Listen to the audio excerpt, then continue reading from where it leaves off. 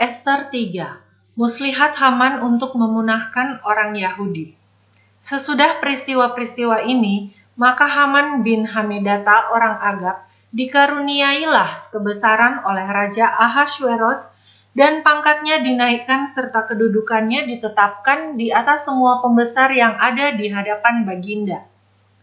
Dan semua pegawai raja yang di pintu gerbang istana raja berlutut dan sujud kepada Haman, sebab demikianlah diperintahkan raja tentang dia, tetapi Mordekai tidak berlutut dan tidak sujud.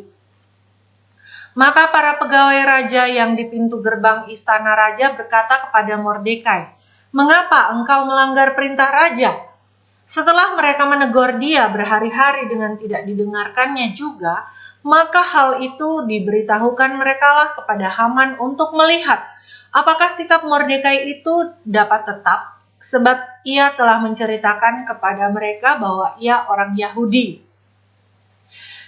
Ketika Haman melihat bahwa Mordekai tidak berlutut dan sujud kepadanya, maka sangat panaslah hati Haman, tetapi ia menganggap dirinya terlalu hina untuk membunuh hanya Mordekai saja, karena orang yang telah memberitahukan kepadanya kebangsaan Mordekai itu. Jadi Haman mencari ikhtiar memunahkan semua orang Yahudi, yakni bangsa Mordekai itu, di seluruh kerajaan Ahasweros. Dalam bulan pertama, yakni bulan Nisan, dalam tahun yang ke-12, zaman Raja Ahasweros, orang membuang pur, yakni undi, di depan Haman, hari demi hari dan bulan demi bulan sampai jatuh pada bulan yang ke-12, yakni bulan Adar. Maka sembah Haman kepada Raja Ahasweros, "Ada suatu bangsa yang hidup tercerai-berai dan terasing di antara bangsa-bangsa di dalam seluruh daerah kerajaan tuanku.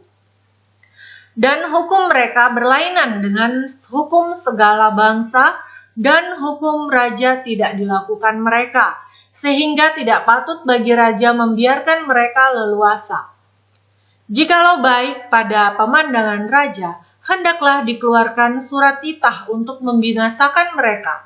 Maka hamba akan menimbang perak 10.000 talenta dan menyerahkannya kepada tangan para pejabat yang bersangkutan, supaya mereka memasukkannya ke dalam perbendaharaan raja."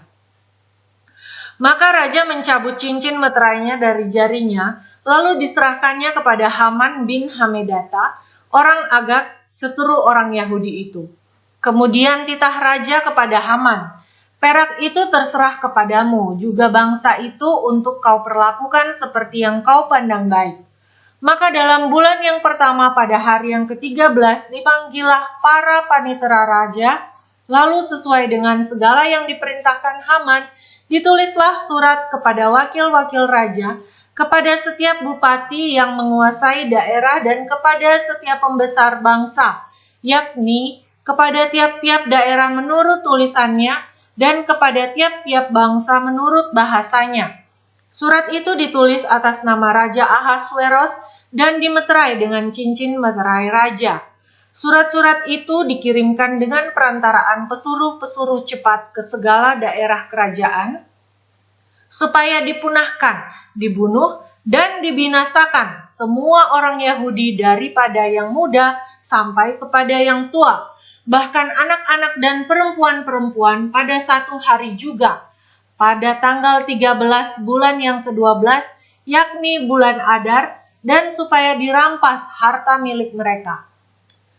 Salinan surat itu harus diundangkan di dalam tiap-tiap daerah, lalu diumumkan kepada segala bangsa, supaya mereka bersiap-siap untuk hari itu. Maka dengan tergesa-gesa berangkatlah pesuruh-pesuruh cepat itu atas titah raja, dan undang-undang itu dikeluarkan di dalam benteng Susan. Sementara itu raja serta Haman duduk minum-minum, tetapi kota Susan menjadi gempar.